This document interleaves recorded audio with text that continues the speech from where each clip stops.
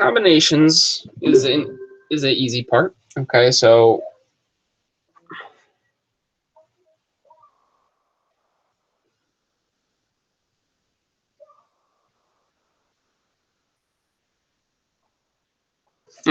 here we're going to be looking at two functions. All right, so today we're going to look at f of x and g of x. So first we have some pretty basic ones. Okay, so some basic rules. So I'll write them down and then we'll go over them.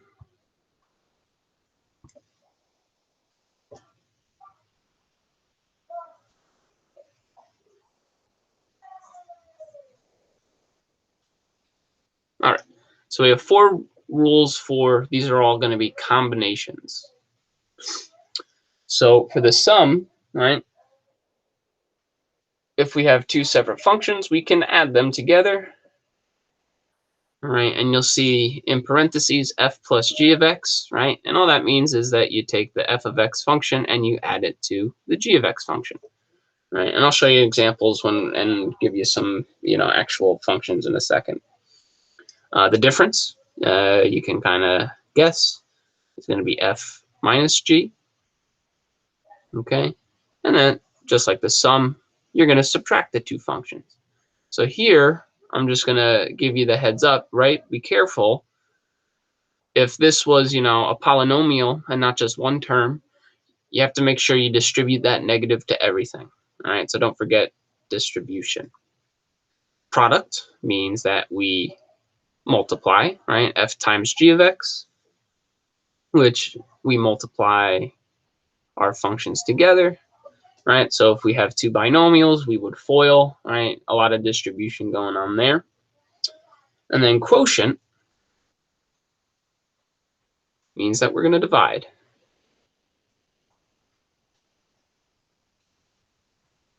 Okay, but we have a specific rule here, right? Because we have a denominator, g of x cannot be the 0 function. And the 0 function would just be g of x equals 0, right? So we can't have that because then we would have 0 in the denominator.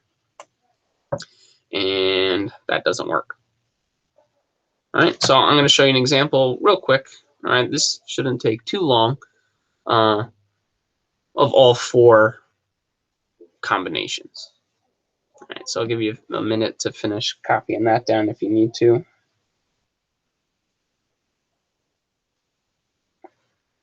Now, you may be asked to do one of 2 things, okay? You may be given f of g and asked to combine them, right? Or you might be asked to evaluate, all right? So I'll go over an example of each.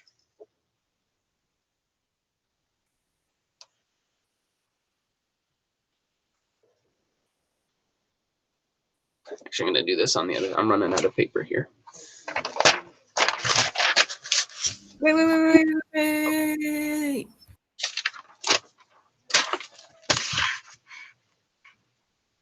So don't worry about this bottom part here. I'm going to put that on the other page.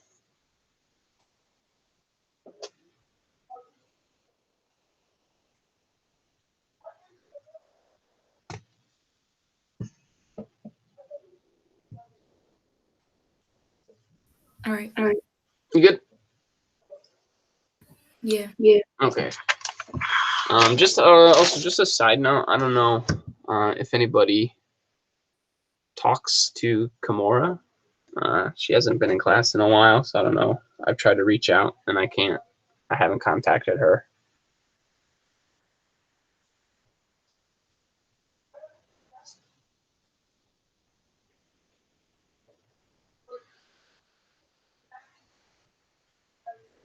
Okay, so here we have 2 functions, f of x equals x squared plus 1, and g of x equals negative 2x minus 5. All right, so we're going to do one of each, and then I'm going to show you how we evaluate them, okay? Because there's a couple ways we can evaluate them. All right, so first we're going to do the sum, right? F plus g of x.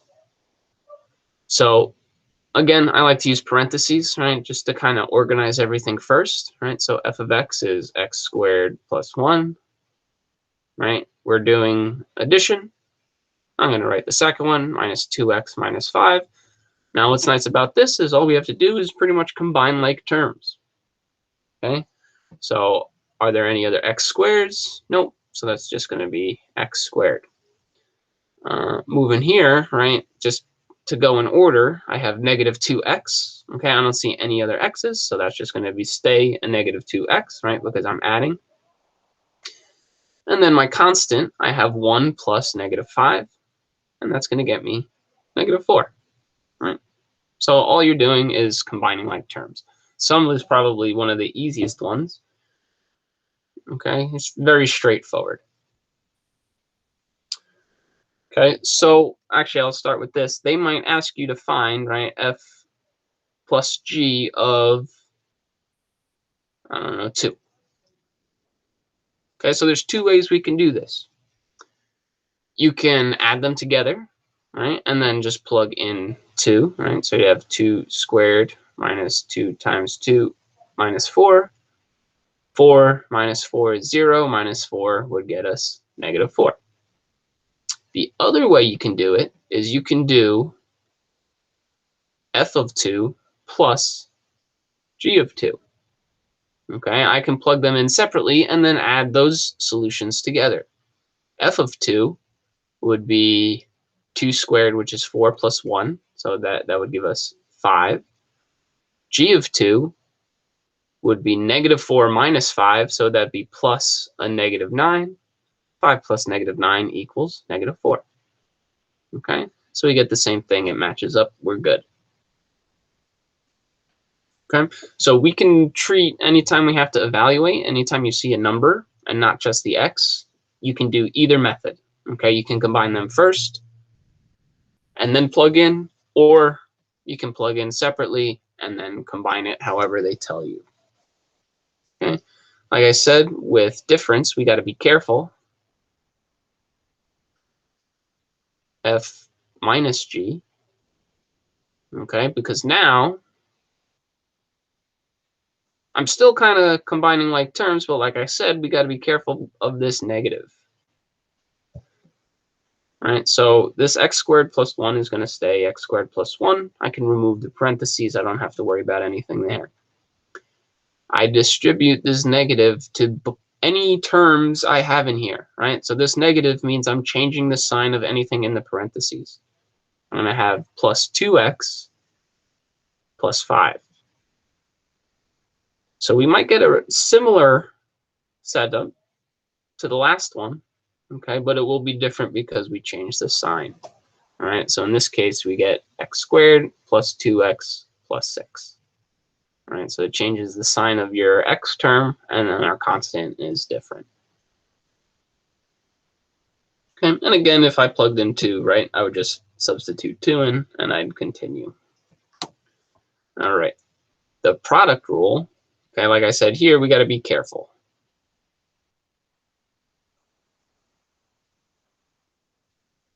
Okay, I have x squared plus 1 times negative 2x minus 5, right? So now we just got to be careful foiling. X squared times negative 2x, well, that's going to be negative 2x to the third. X squared times negative 5 minus 5x squared. 1 times negative 2x, negative 2x. 1 times negative 5, negative 5. In our case here, this is going to be our final answer, right? But again, you just have to be careful. You might have to combine like terms, right? If this was, you know, an x squared, then you'd have some terms there that you'd have to add up together. Now, you know, say come test or quiz, and don't write this part down, but if you have this, right, and you forget to combine like terms, I won't mark you completely wrong, okay, unless it's a multiple choice and, you know, you can only pick one answer, right? But I might take a point off and I'd tell you, be careful, you have to combine like terms, okay? All right, now the quotient rule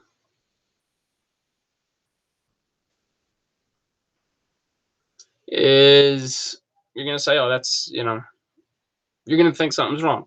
But really, it's honestly the easiest one, because as long as the g function is not 0, all you do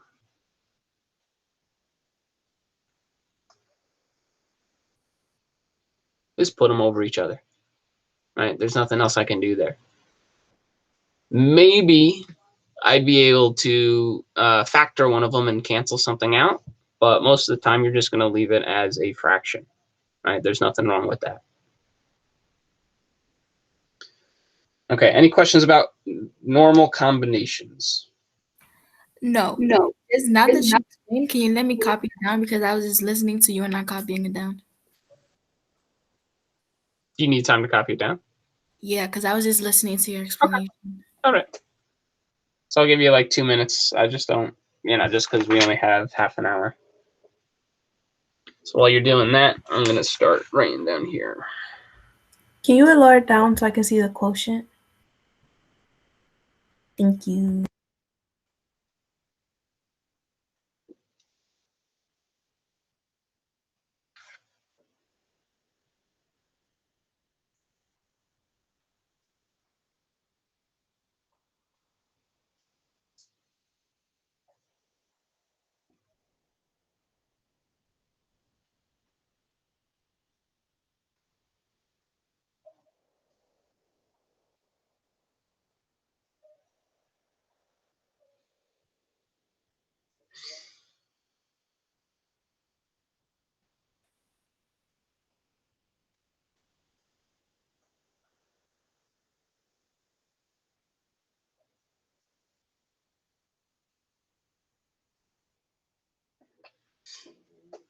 Just let me know when you're good.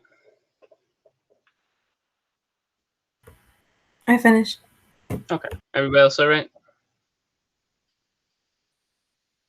Okay. So the main focus, though, of this. Take a picture of it real quick.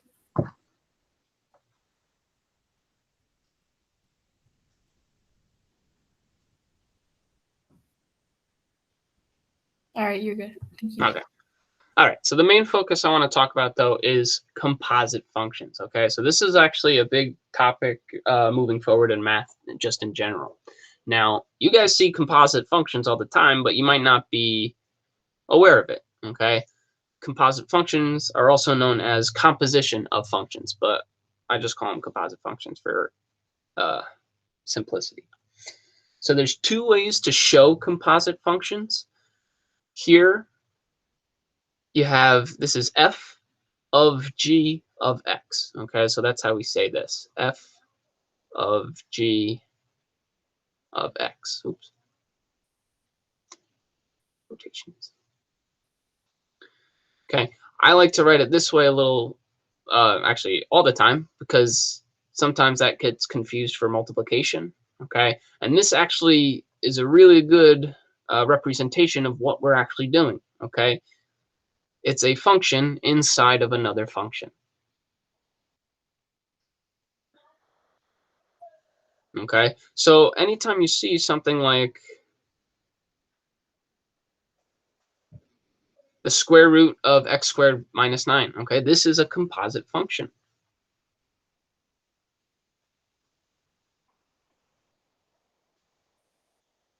Right, so what do you think, what would be my inside function here? What would be, technically inside of another function? X minus 3. What do you see x minus 3?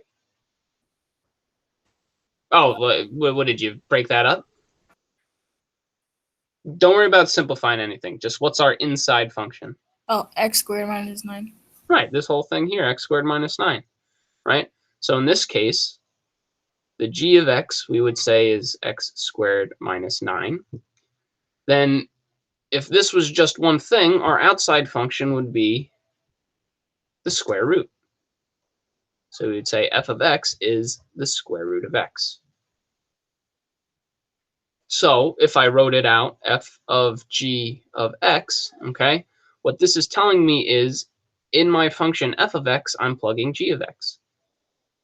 So it's really f of x squared minus 9, right? Because that's what we said g of x was.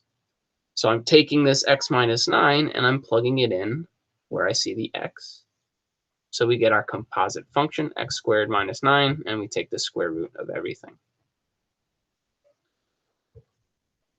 Okay, so sometimes you'll be given two separate functions, right? So I'll tell you g of x is this, f of x is this, find this. Sometimes you'll have to figure out which one's which, all right? But we're going to focus on the first one. All right, let's see. Now, here, okay, with everything else that we've seen, okay, so for all these rules, I'll go back in a second. For all these rules, if we're talking about domain doesn't really change until we get down here. Okay, so if I had a square root function up here, I'd have to pick x is greater than 0, right? So if I added with a square root, that domain holds. I'd still have, you know, non-negative numbers. When we have composite function,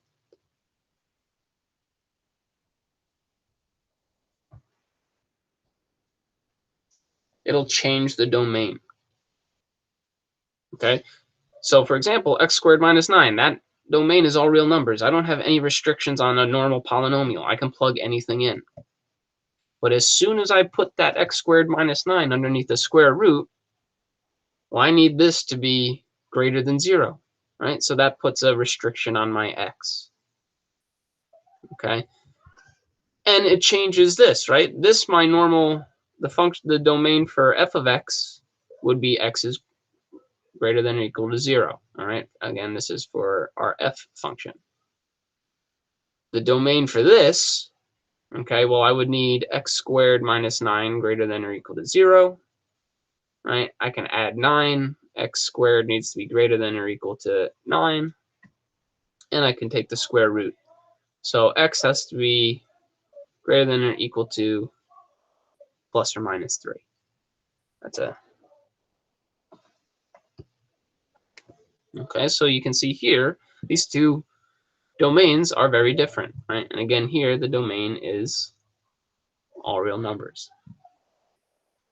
Okay, so this is something that we're going to talk about, later further, but I just want you to be aware that our domain changes. Okay, so let's look at an actual example where we got to put everything together.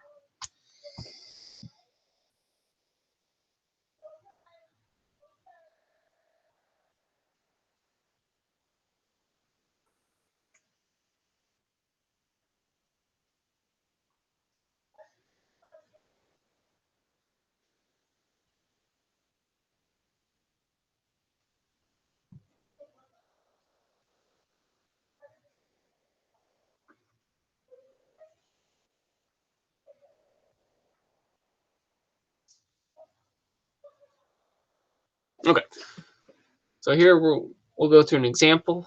Okay, now they may ask you to do two different composite functions using the same one.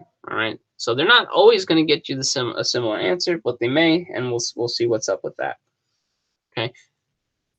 On a side note, they may ask you also to do a composite function with itself. All right, so you may see that, right? So you would take the f, you would plug it in.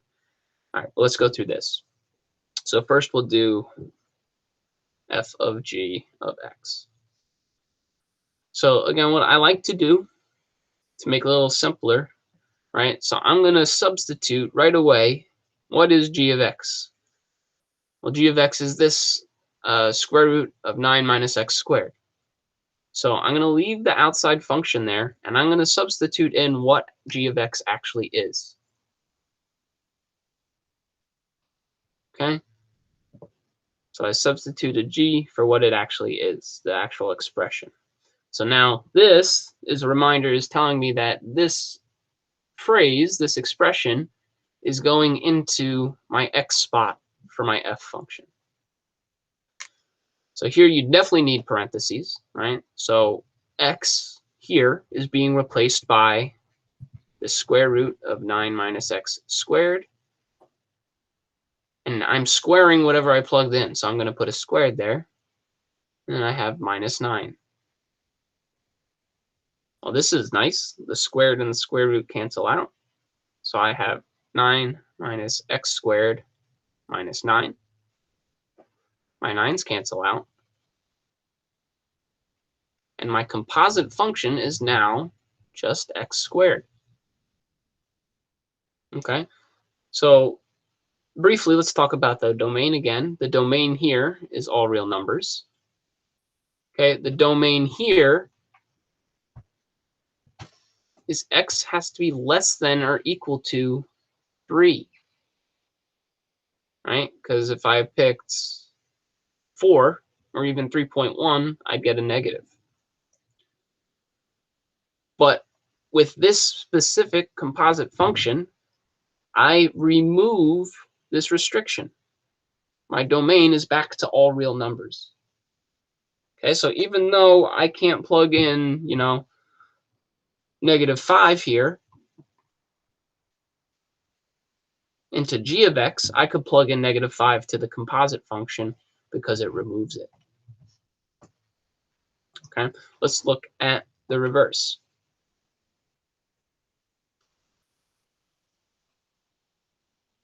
G of f of x. Okay, so again, I'm going to replace what's inside these parentheses with what I have here. So I have g of x squared minus 9. So now I'm plugging this expression into my g function where the x is. So I have the square root of 9 minus x squared minus 9 squared. All right, so there's a little bit more work here. That's an ugly square root. All right, so I'm going to have to FOIL this. Right, so I have x squared minus 9 times x squared minus 9. I'm just going to skip FOILing it. That's going to get us, and again, I'm going to put parentheses. I'm going to keep it in parentheses because I have a minus here, and I'm going to have to distribute that. It's going to give me x to the 4th minus 18x squared plus 81. And then I would just combine my terms and distribute. So I have the square root of negative x to the 4th plus 18x. This would turn to negative 81. Negative 81 plus 9 is negative 72. And this would be my final answer. Now again, it's a little bit more work, but this domain would be different than either of those two domains. Okay. All right. So we ran out of time. There's still a few more examples that I want to go over. So tonight, you'll just have like 1 or 2 questions. It'll mostly be on the stuff before, the regular combinations, adding and subtracting. Excuse me.